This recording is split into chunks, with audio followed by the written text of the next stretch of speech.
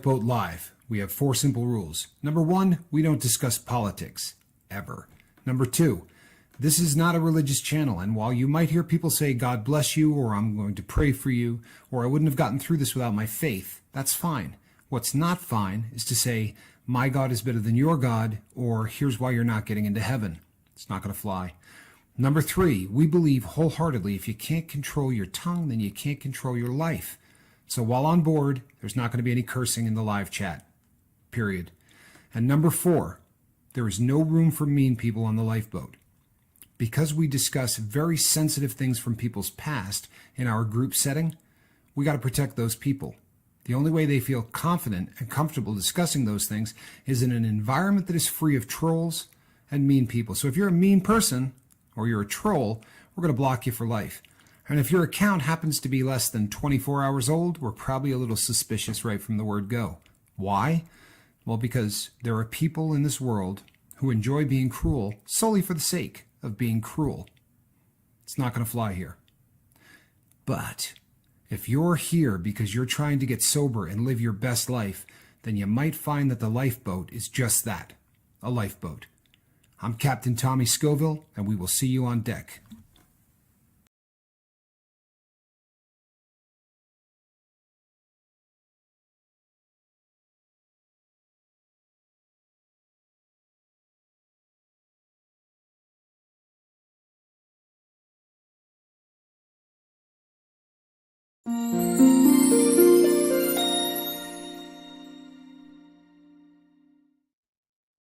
Good evening, everybody. I am Captain Tommy Scoville, and on the other side of the glass, as always, is my partner, Captain Mark Wages. You're on the lifeboat. So, I'll tell you what, man. We had an amazing day on the lifeboat. We really did. There was a lot of very, very cool stuff that took place today, and it was, you know what? It wasn't. I don't think any of it was smooth, honestly. But it was one of those things that.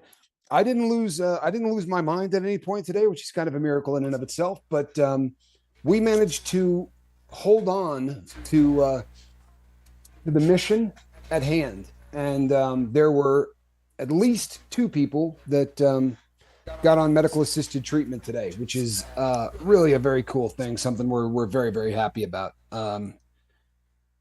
Sharon, we're glad to see you here. Yep. Also, the other thing is when you get somebody on medical assisted treatment and they're addicted to pain pills or they're addicted to heroin or whatever the case may be, you can't really, get too much more excited than that, right? You really feel like, boy, this is why we're here. You know what I mean? We're getting something done. But if that person happens to be doing fent, right? It really does feel like, good Lord, there's a really good chance this might just save that person's life. And, that is the kind of thing that can keep you going for a really, really long time. We joke a lot about not getting rich doing this and this and that. That's the kind of rich you get doing this. That's the kind of when I was bringing my bobbleheaded partner up to full speed on this, he said, "Man, I needed to hear that all went well." I did. For real, guys. Really needed to hear that all went well, and it's definitely one of those things that I completely get. Sometimes it just gets overwhelming, and you really wanted to just get it done, and we're glad that it did. So before we get rolling today, there's one other thing I want to take care of. I want everybody to try to remember back, especially those of you of a specific age. The old people. So I want you to remember back to December the 27th, 1986. December the 27th, 1986. Mullets, were the rage. We were wearing acid wash jeans. There's a decent chance at some point that week you played with a Rubik's Cube, right? Ronald Reagan was in office. It was a long, long time ago. And it was a really completely different world than the one we live in now. And that day, a brother of mine, who I didn't know was a brother at the time, turned 15 years old, right? The 27th of December, 1986. So why are we talking about that now? That was the last time that this individual celebrated a birthday sober. That day he was 15. Today he turned 51 and he's sober. 36 years, birthdays wasted. And I don't mean that he didn't take full advantage of them. I mean, he was wasted. And it's really an absolute honor to give a shout out to Cujo, who is rapidly approaching the 1 month mark. Happy birthday, Cujo. We could not be any more proud of you here on the lifeboat. And I know it's got to be just a whole lot nicer to hit December 27th sober. He also left a beautiful comment about needing to learn to sort of crawl before you can run, right? Or before you can walk before you can run. And his hopes are to eventually soar with eagles. And I believe that that's going to happen. I really do. He's got just a fantastic attitude and really seems to be doing everything right. There he is. Cujo, I'm glad you're here, man. Happy birthday, brother. 36 years in the making, right? But yeah, that made my day. It really did. There was a lot of things that could have made my day today, but that really was just one that, yeah. And my brothers, for that matter. The two of us spent a decent amount of time talking about it. Yeah. And Han says 36 years is a long time. I thought 22 was long. But my God, yeah, it really is. It's a very, very long time. And the beautiful thing is, it's all rear view mirror stuff from here, right? I mean, now we got one in the tank. So we get the next 36 behind you, and we're going to catch up. We're going to knock this out. That's right. That's really, really cool. Yeah, no question, right? Really, really cool. So on behalf of everybody here on the lifeboat, Cujo, we're proud of you, and you're in the right place, man. Let's try this again. Okay. I think we're back now. My internet cut out. Sorry. Okay, you're good. Yeah. Guys, I think we're 5 for 5 now. Alrighty. Somebody give me a 5 for 5. Let's wait on that just to make sure. Sailing to Serenity Island with the crew. Thanks for all the support. Thanks, Hialeah. Absolutely. Yep, we're good. Yep. And Charlie, both of you, thank you so much. 11 Pagan 11. Pagan, thank you. So more often than not, the air quotes normal people look at us like we're really different. And there are reasons for that. It's not, if we're really honest about this, there is a really good chance that there are a lot of things that make us really stick out. And it's things that, the air quotes normal people judge us by. Sad but true, but it's the way it is. If you got a good look at me, you people see me from here up, right? But if you ever get a chance to meet me in person and you get a chance to see my arms, they're not going to look like other people's, right? I have little half-inch scars all over both arms, and I do mean all over them. I've never stopped to count them, but if I had to hazard a guess, I'd say between the two arms, there might be somewhere between 30 and 40. And that's from where places that I got abscesses. And, they started to swell to the point where something needed to be done about it, or I was going to end up in a hospital. And I used to take those linoleum knives, the little thin ones, and I would just plunge it in there. And it worked. It would always, break the pocket and you could get all that disgusting stuff out. And I know it's not a pleasant subject, but it does lead into what I'm talking about. And then once all of that was out, it leaves a perfect scar that is about a little bit between a quarter inch and a half an inch long. And they're like this, all over both arms, going from top to bottom, right? On other parts of my arms are white scars that are just track marks. They're just places that I stuck needles in one vein so often that it led a railroad track kind of mark that goes all the way down the arm. And there's other things, right? There's just all of these things. If you ever get a good look, right? And I don't know, is it this side? Yeah, it's that side. I got a pretty good sized scar right there on my face. I got another one that runs across my nose. A little gift I picked up in prison. And I've got stab wounds in the stomach. I've got all of these things that if you happen to catch me at a pool with a pair of shorts on, you look over and you think, boy, that dude probably had a pretty rough, coming up. And very often people immediately think drug addict, alcoholic, whatever the case may be. And we're instantly judged by the normal people for who we are. And amazingly, the longer you spend in rehabilitation, the longer you spend being sober, the more you come to realize that when you fall in love with somebody, and I don't necessarily mean the person you're going to spend the rest of your life with, I'm talking about friends, family, right? Sobriety circles. You absolutely can fall in love with people that you're just going to be a brother with, or you're just going to be a sister with. It really is amazing how people in recovery can become closer than family. And it's so funny how we never see it. I remember pointing out my arms to somebody that was in my, I guess my lifeboat group kind of thing in prison. And, one day he started talking about a scar he had. And I said, well, my track marks are vicious. And I did every one of those meetings wearing a wife beater. You know what I mean? Like the t-shirts that have absolutely no sleeves, right? You know what I'm talking about? Probably not the nicest name for them, but that is what they're called.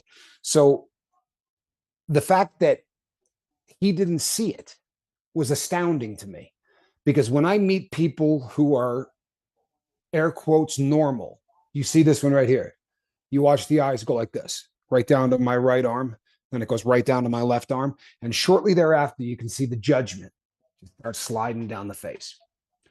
But when you really start to love somebody in the life, someone who's getting sober, you don't love somebody in spite of those scars, right? And those war wounds, or whatever you want to call them. You love them because of it. And I've said from the very first day that we started this, I wanted people to have a place where they could come and celebrate without anybody looking at them silly. Like a celebration for 27 or 28 days sober after 36 years of not, right? We don't give a crap about the 36 years. Everybody here is just fired up about the 27. And that's what makes us different than the normal people, right? We see our brother for what he is right now, right? A new creation, a beautiful thing. I was working with somebody today, and today is going to be the first day ever in a really long time that this person's going to get dope sick, but they're not going to stick a needle in their arm to get well. When the sickness kicks in and it gets, to where it's really starting to just make you grind your teeth, they're going to start medical assisted treatment. They're not going to get high, but they're going to get well. And it'll probably be a well that they keep for the rest of their life. They never have to go back to what, they were. And I said to this individual, a million times in your life, you're going to hear somebody use the expression, well, today is the first day of the rest of your life. And every time you do, it's horse crap. It really is. Every time you do, it's a public speaker trying to sell you something. It's a book, that you're reading that's trying to fire you up, whatever the case may be. This is the first day of the rest of your life, right? All of that is behind you. This birthday for Cujo this is the first birthday going forward. The first birthday that has meant jack squat in 36 of them, right? This is a beautiful day. And we are unique in that everybody here is ready to celebrate with you. Everybody here is ready to just pump their fist in the air and without any hesitation, just be proud of you. And that doesn't happen outside the boat. And when we started this, we talked about how we wanted there to be a place where you could come and celebrate all of your victories. You also could own your past, the things that you've done, and still not get any shame for that, right? You're going to get the same treatment while you're owning your mistakes and the vile things that we've done as you're going to get when we're pumping our fist in the air to wish you a happy birthday. And then the other thing that we really wanted to make sure happened, aside from having a place where we could celebrate, is I said, I wanted the world to have a place where they could come and realize that, you know what? Addicts are as good as everybody else. And in many cases, we're better. And I know that sounds ridiculous. I'm not going out and I'm not encouraging people to go get high or develop a habit to make themselves a better person. But you're talking about people that do not see scars and look at it like it's an error or it's a badge of your mistakes. No, man, this is the stuff you came through. This is the stuff that you managed to fight and pop out on the other side. And you know what? They're beautiful. They really are. I don't think they're beautiful when you're in the life. Make no mistake. You know, when I was picking at scabs to find a vein, and I had these purple marks going up and down my arms, and the marks that from where I had to stick an X-Acto knife into a cyst, right, to drain everything out of it. That's not beautiful. It was hideous because it was a statement of where I was at the moment. But when you look at it now, you look at these and go, boy, those track marks are old, right? Those track marks are old. I remember right before leaving prison, they needed to do one more blood test. I used to have to get in a van and be taken to a hospital to get a blood draw.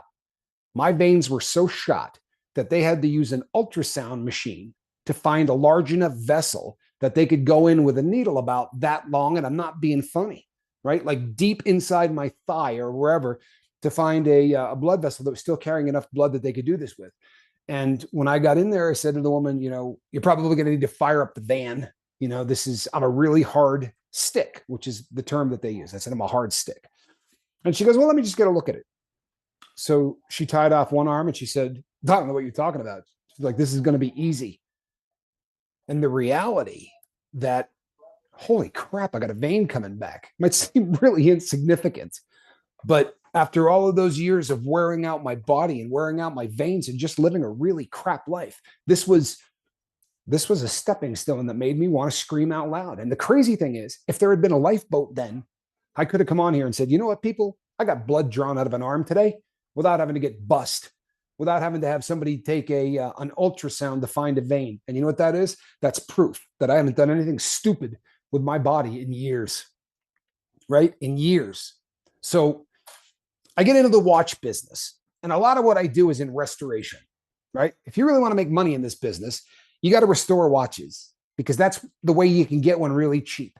And when you do, very often, when they're really hammered, and Linda can tell you, there are times you can't read the dial, the face, right? You won't be able to get the name on it. You'll be wondering what you truthfully can't make out the name. And you've got to start the process of trying to remove all of that funk, right? And in some cases, it's 100 years of dirt and grime and all of the different things that manage to stain the face of this watch. And as you start to strip it away, the outside is the same deal. I've seen gold watches where it was so corroded and nasty that you honestly couldn't tell what the material was. You think it's brass. I bought one for $70 because they didn't realize it was gold. This thing had not had a cloth put on it in a positive way in 70 years. Crazy thing is this: when you start to bring those things back to life, they're absolutely gorgeous. But do you know what happens if you get rid of the scars? You're done. You're done. All of the profit that you're possibly going to make on this, nobody wants it anymore. They really don't. And they call it really cool names like patina. But you know what it is? It's scars. Ilea, thank you so much. I'm a normie. My twin brother started doing drugs when we were 13 to dull the pain of losing our stepdad. I don't see addicts. I see hurting humans. You know what, Ilea? You're a beautiful person. You really are.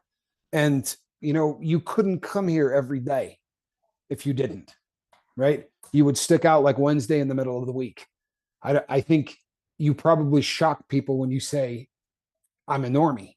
I think the vast majority of people here just accept you as one of our own because you don't act like a normie.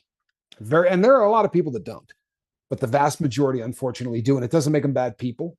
It really doesn't. It just makes them people that don't understand, right? For so long, we have taught everybody on this planet that if you have a habit, it's because you're weak.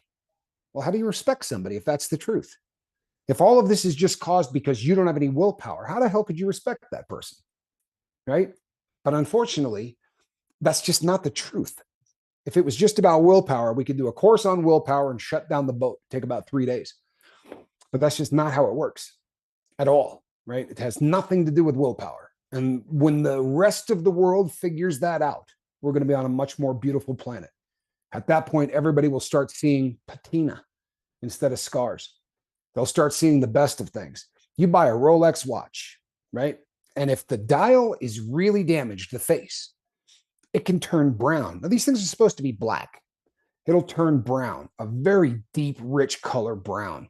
And in the watch world, it's called going tropical.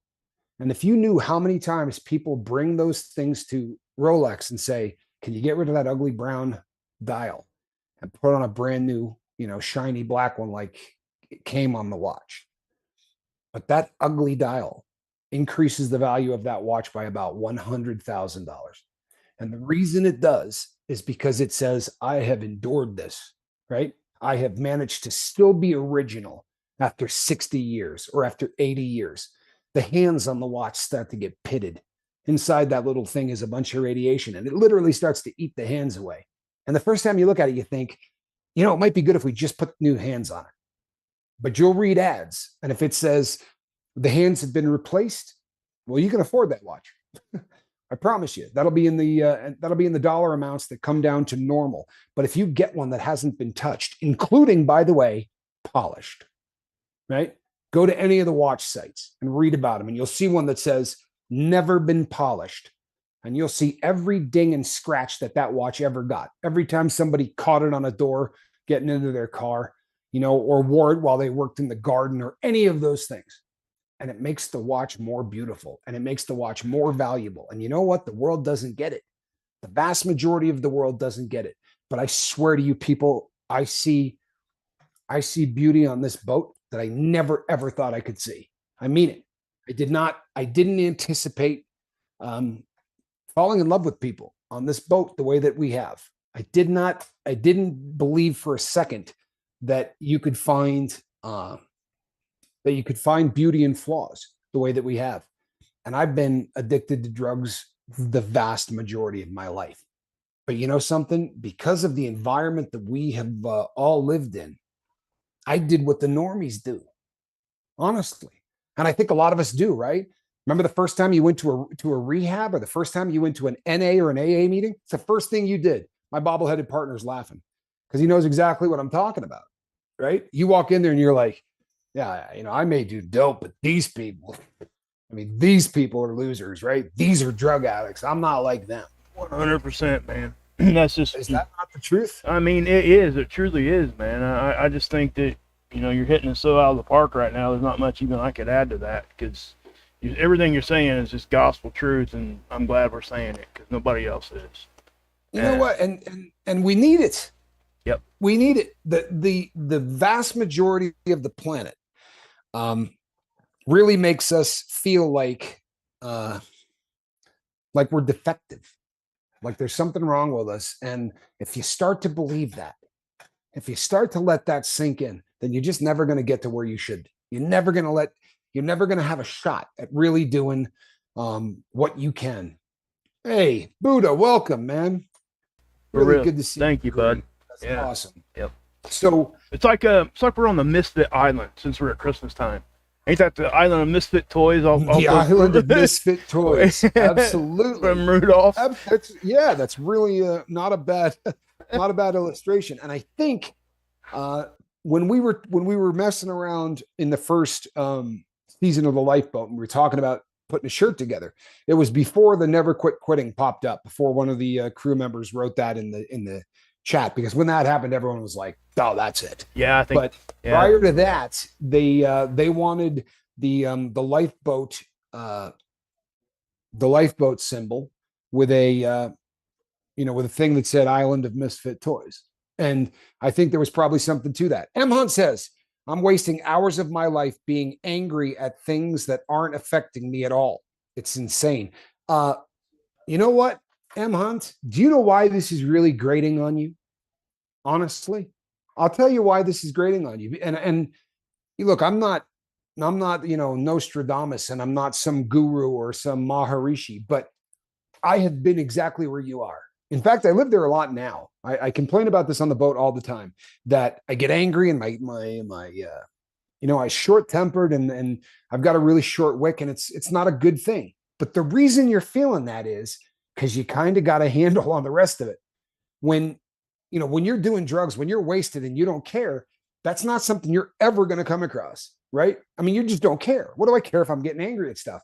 But when you start to get your affairs in order, when you start to get a pretty good handle on life and on exactly what's going on, you're going to get to a point where you say, I'm going to start looking at all of the things that I don't think are up to snuff because I took care of the big one, right? Whether it's booze or cocaine or heroin or whatever, you get that out of the way.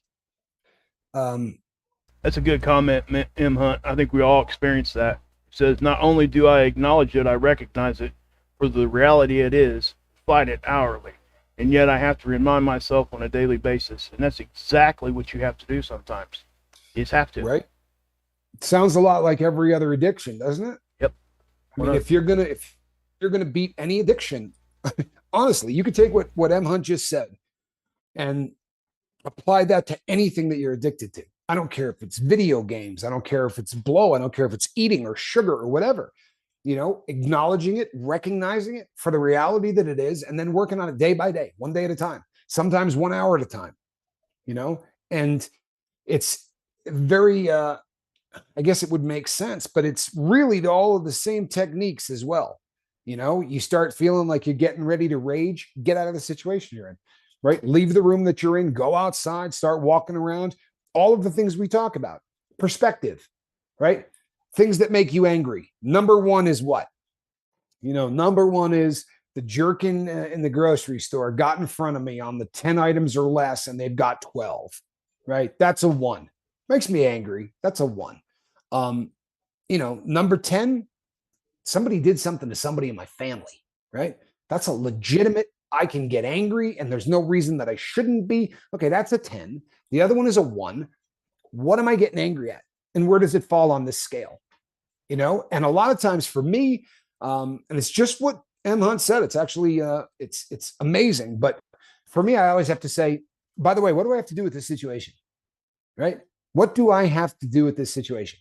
If I'm getting mad at something that truthfully has nothing to do with me, nothing, then why am I doing it? And logic has to come in. And I know no one wants to hear this, but I'm just going to keep saying it. Journaling was one of the things that really helped me kind of get stuff under control, because on huge episodes, right, I get really pissed at something at 2:00 in the afternoon and it's over by 2:05. It's going to be gone. I'm not even going to think about it.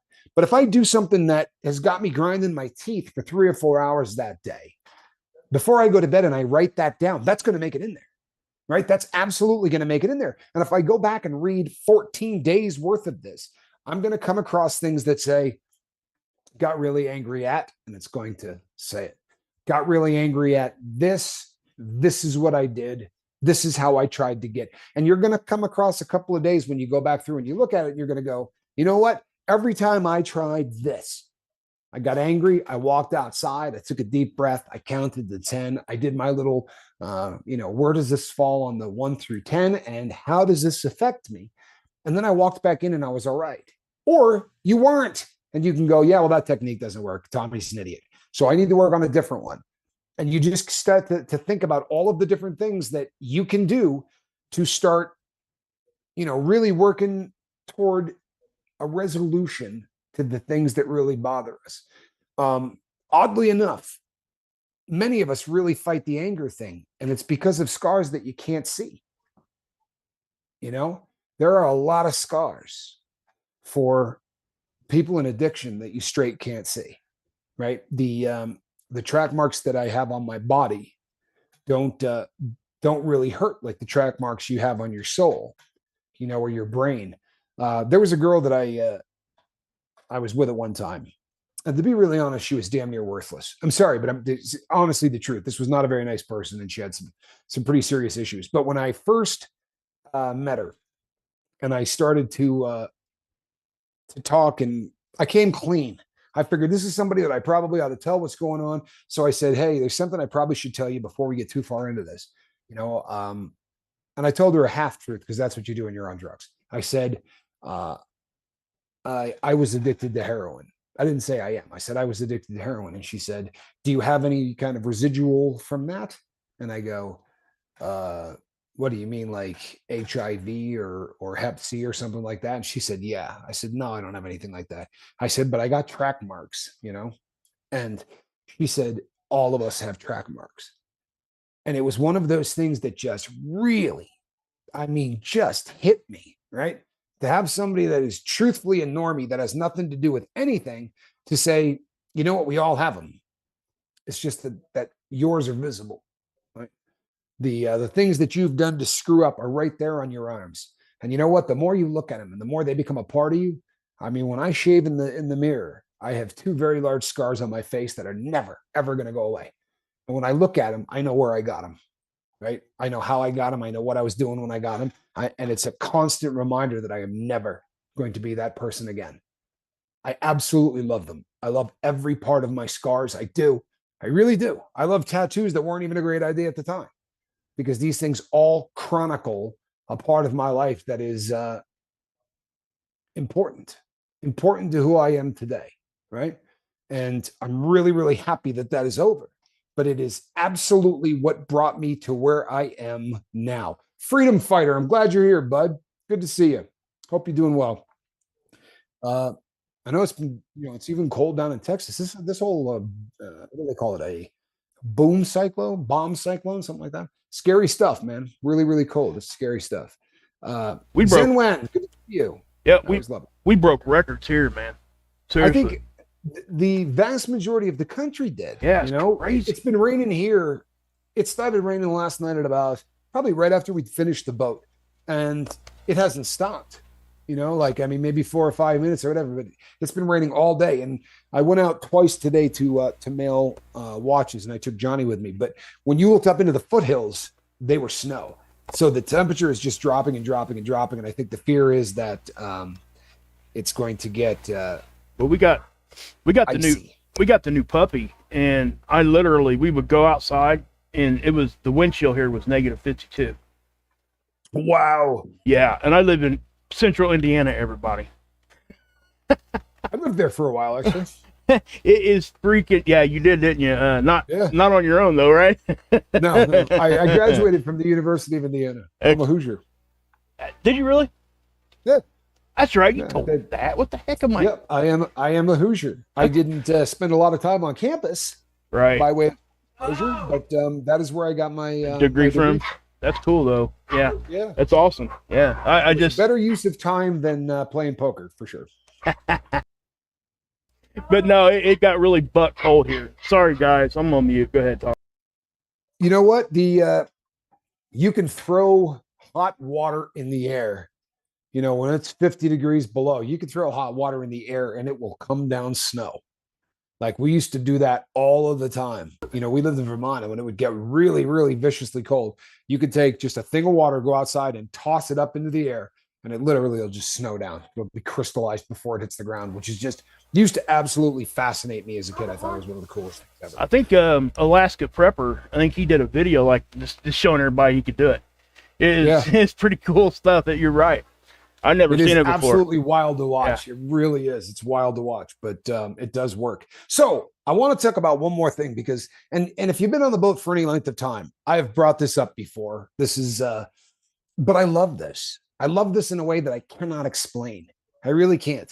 And as I was saying, if you collect anything, you collect coins, don't clean them, right? Whatever you do, don't clean them. Don't use chemicals. Don't use anything. Leave them dirty. Leave them grimy. Leave them disgusting because they're going to be worth way more. And I liked the illustration with watches because you know what? You can fix them. You can fix them and you can make them absolutely perfect.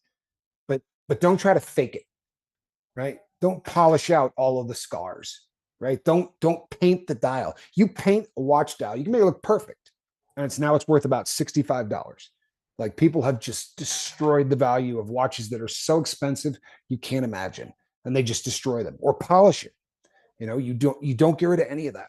They want to see that this thing has lived. The Japanese get this. And like I said, if you've been on the boat, you probably remember kintsugi, right? But you say that a little quicker. So kintsugi is an art that has been popular in Japan for an eternity. Literally, like this has been, hundreds of years that they have done this. They put value on things in ways that other people don't, and I kind of find that amazing.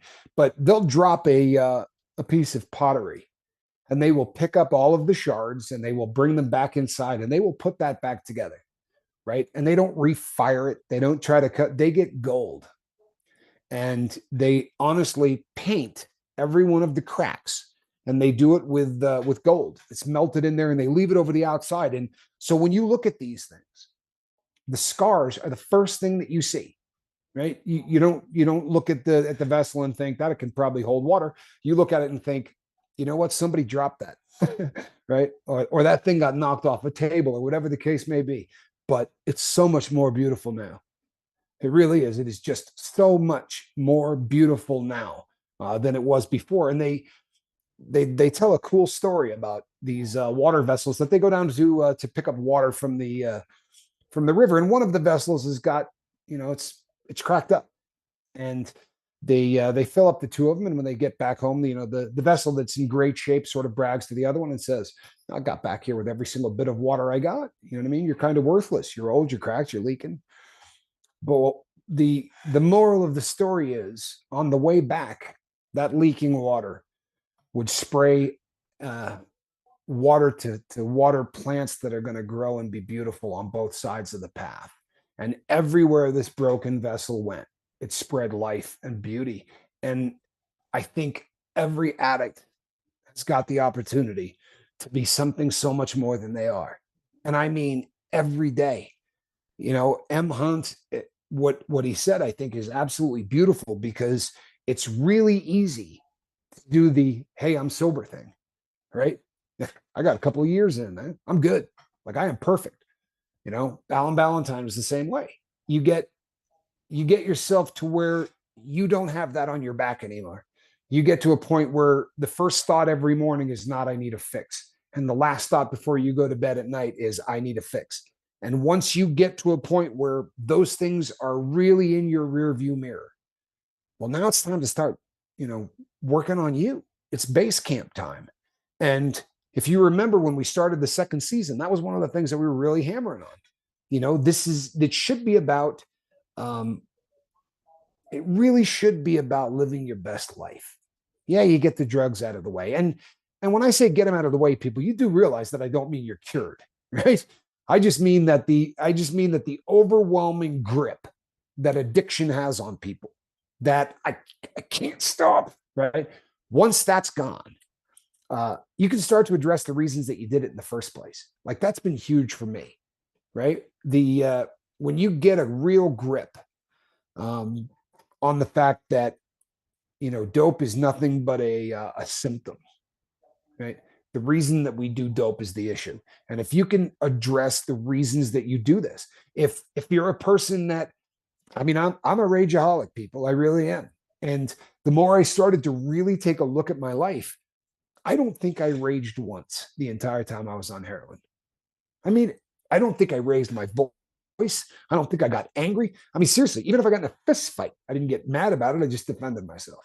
But as soon as that stuff was out of my system, right? If I was sick, if I was waiting on the person to show up, I would sit there and curse and scream, "When this dude gets here, I'm tearing his head off. He's 35 minutes late." There have been times where I destroyed the inside of Jack's car or truck because I was so angry. And that was a real eye opener for me. After I had a few years sobriety, that I'm the same loser I was, maybe worse. I really need to start working on the things that were defective. What's up, bud? No, I was just going to say, doesn't that play into kind of like when we say that we feel like we were better people when we were on drugs? Absolutely. That's kind of what I think. That's what we more mean than like a better person. It's not. You hear it all the time. Yeah. Don't you? Yeah. And I think you hit it out of the park on that one, because I think that's more so what we mean when we say that. It ain't that we think that we were better people. We're not that naive. You know what I mean? No. I mean, we weren't that much in the dark when we were using. Okay. we're not. But we're self-aware at some level. Right. But you do actually hear this. And usually, so keep this in mind, Cujo, but usually it's right around that second month time, right? You start to go, "Yeah, I'm sober, but you know what? I don't treat people the way I used to. I'm not nice to people. And my temper's really shorter." And you will Start to sell yourself on the fact, and people say it to us all the time. I get this constantly. Um, yeah, I was a better person when I was on dope. You know what I mean? And you just got to go. It's hard not to laugh. Trust me, brother, you were not a better person when you were on dope, right? So to the outside world, you may have looked calmer. In the process of doing that, you stole everything about who you are. Well, it's like we had to, I don't know. It's like we were toddlers again. It's like we had to we had to relearn how to live life the right way. And when if you think back to when I can remember when I was a child a little bit, not a whole lot, but a little. But I remember not having that filter there, and just saying what first thing that comes to your mind. And as a matter of fact, I think Fee said it earlier. Um, she said something about a filter, using it as a filter, and it's exactly what it is. We're looking through a filter or a fogged lens when we're like that, and it does affect us big time. It affects what we see and how we see the world. So when that's taken away, it's like our senses are just like overwhelmed, and you don't know how to handle it. And that's some people, they crawl up in a ball and go in the corner. Some people rage. So I mean, everybody handles that different. And for those of us that can recognize that, especially in early recovery, it's so great to have people like that in your life that can see that, because they can say, "Hey, man, this is why you're feeling like this. Now we can address it." Right. That's a great point. It really is. The I don't know, you could even word it better. You pull the filter away, right? It's almost like you've heard the cliche. It's like looking at life through rose-colored glasses. Well, you really do knock the edge off of everything that is annoying. Like heroin, for instance. People say this almost tongue-in-cheek when they describe it, but people can come up and go, there was just a bus crash in town, and 45 people perished, and a bunch of them, you don't care. Honestly, it's that bad, because your emotions are so dulled that it doesn't matter what anything is going on. It's just like, as long as you got yours, the emotions are dulled. And now that you pull all that away, yeah, you've got all of those heightened emotions. The other thing is, how long have you been doing it? Like, let's take Cujo, because we've been talking about him today anyway, and we love him. 36 birthdays. 36 birthdays. Okay. So in all honesty, right, at about 15, your EQ, your ability to cope, your ability to think through things in a calm fashion, and all of those things, I stopped at 15. For real. They don't continue while you're getting high, and there's science to back this up. So, and that was me, man. That was me. I went from about 14 to 46. And I remember coming to the realization that I needed to live out the rest of my life with a whole lot of tools that I just did not possess. I don't have the tools that other people do. There are so many. I would watch people that would cope with things, or like the watch thing. I got a guy in town that I work with who's a mentor, and I watch him work on watches, and inevitably a spring goes flying across the room. Well, he just deals with that a whole lot different than I do. Right. I mean, he just, like, I really, it's everything I can do. I grip my teeth and I try not to really kind of let it fly. But it's interesting when you start to peel away the layers of the onion and you start to realize exactly who you are, because voicing this stuff, right? It's just like, right, holding it all in. Okay, when you begin to voice the things that are wrong with you, and you need to, when you start to share these with another person, hey, you know what? I'm a rageaholic. I really am. I'm not very good at, I'm not calm enough. And when that happens, I don't treat people right. And you just start working through these things. What you're doing is you're showing the world that crack in you, right? For real. You're showing the world the scars that do not show.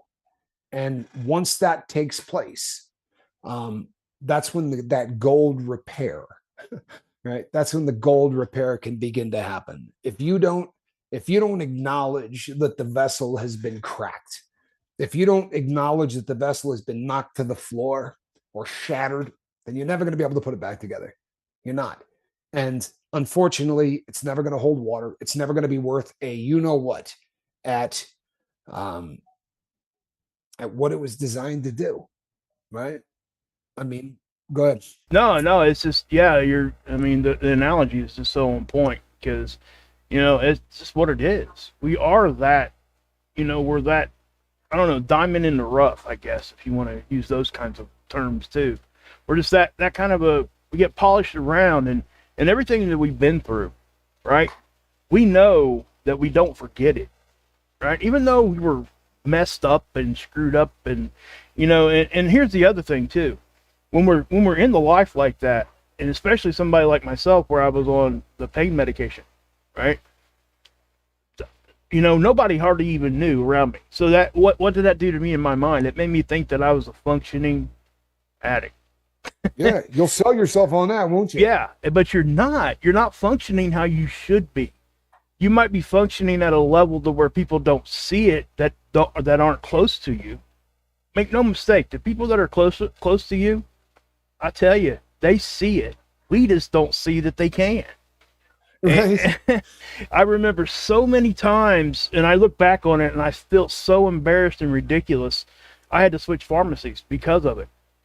Because I remember going to the pharmacy and just flat out bull-faced lying to these people and thinking they had no clue, right? And it just crazy stuff. Yeah, I've been there. I mean, I've absolutely been there. I mean, you're standing there and you're like, yeah, these people, yeah, I just got one over on them. Please go wait, Mr. Wages. Okay, Right. yeah, I'll wait until you don't give me my stuff, and then I'm going to snap on somebody that I really like that I've known for 10 years. I mean, Right. that's, and thinking, and I think eventually what happens is in situations like that is they just give in. They hate to, either they get pity or they just don't want to mess with it. One or the other. No, you're absolutely right. And You are absolutely right. we're really good at wearing people down like that when we're in life. And I think that's one of those things, we have to, we don't see that we're really that bad until we take that blinder off. We put Rain-X on that fog and don't let that sucker stick no more, and just stuff like that. It's just, yeah, right, Heather. I mean, that's just what it is. I think almost everybody that I'm talking to right now probably understands what I'm saying. Anybody that ever had a pill addiction, I know you Sure. know what I'm talking about. Yep. And like we were talking about earlier too, I always found it really funny when I would meet people who had pill addictions. Congratulations, Brandon. That is awesome. 5 days going into the new year already clean is just such a beautiful thing. It really is. Get a jump on that. Well done, my brother. Proud of you. But yeah, I would meet pill addicts and, very often in rehab. And the person would, so what are you in here for? Opiates.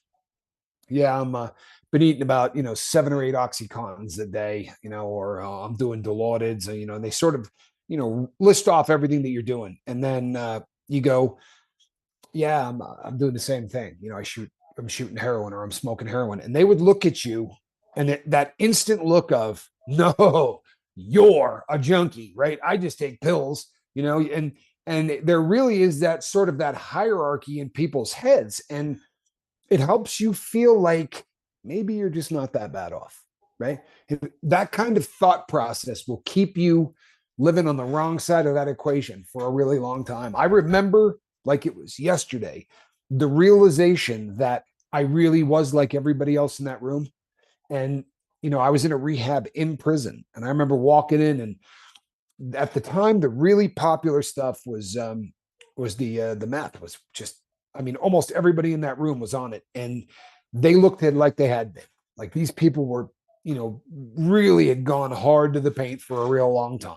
And they just, they had open sores still, a lot of them from, when they were on the street. And day one thinking, I am nothing like these people. And the realization by day 7 that, man, I am exactly like these people. It was heartbreaking and it was liberating. And I think it was at the same time when I came to the realization that, man, I'm not better than anybody that's ever been strung out on this stuff. That was when I thought, you know what, maybe me helping people might not be such a bad idea, right? Me letting people realize that we really are all the same. Like, honestly, the birth of really wanting to do this probably started that day. I just think, again, you said you said more than anybody could say right there. You're putting it in great words tonight. I mean, honestly, I don't think there's much anybody could really add to any of that. It's just one of those. I'm not sure if it's one of those things that can't be explained in any other way, or if it's just hitting on all cylinders there. Because I'm telling you guys, when we're in the life, we actually think that people can't see it. We can't. We actually think that. And the hierarchy thing you were talking about is so true. It's another level of justification that we afford ourselves when we're using. And I think that, and I've said this probably 1,000 times. I'm not sure if I said it much here though.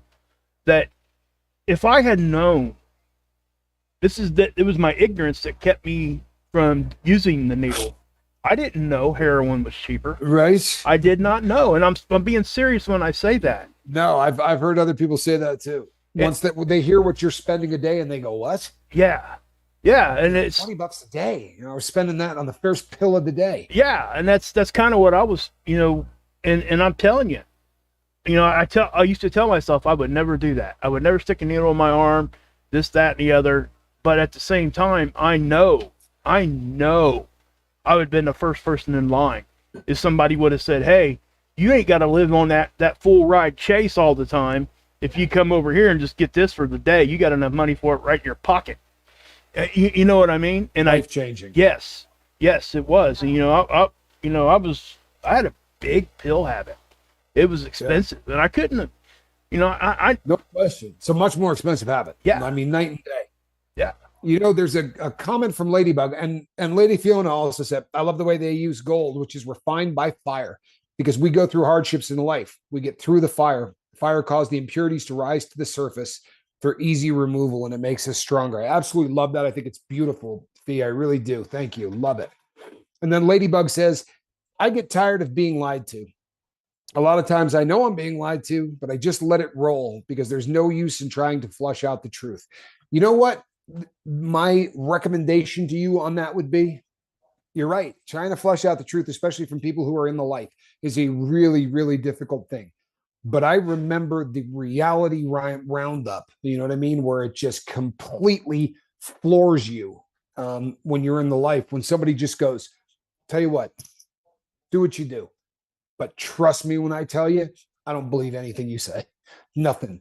You think you're getting by on people? You're not. Everybody knows what you're doing. Everybody knows that you're lying. Like the first person that actually came out of their mouth with that, I was astounded. Because as crazy as this might sound, Ladybug, so often as addicts really do believe we're getting away with it. Like we believe, like, I know, honestly, I remember meeting people after I had been clean for a long time, and I would walk up and they'd go, man, you look great. Would you stop doing dope? And you'll be like, huh? Did I stop doing what? What you thought people didn't know you were on dope? You were a talk of conversation often, Tommy, and that reality for, a lot of people just really kind of slaps you in the head, so I would recommend doing that. Yeah. And those were, I had Five's comment up there for a minute because I thought it was great too. It was cool. It was, yeah, it's such a good analogy, and again, Ladybug, it's just one of those things, man. I mean, it's sometimes it's almost best just to almost let them think they know, it's almost best just to let them do what they do. And then just do, you handle it the way you need to handle it. And again, it's an individual thing too, because I think everybody's in a different place, when they're doing certain things. Nobody really knows.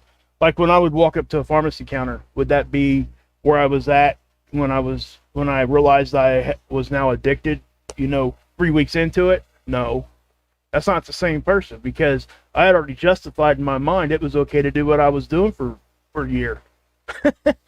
Right? I mean, you really do. You do that. You find a way to justify it. It's like, and I know that we're running out of time here, and I'm not going to tell any kind of like long story here, but the same year I had the car thing when I went and got pills was that same story. I really don't speak about the beginning of that too much, because frankly, I'm ashamed of it. I took my middle son's Christmas money to go do that.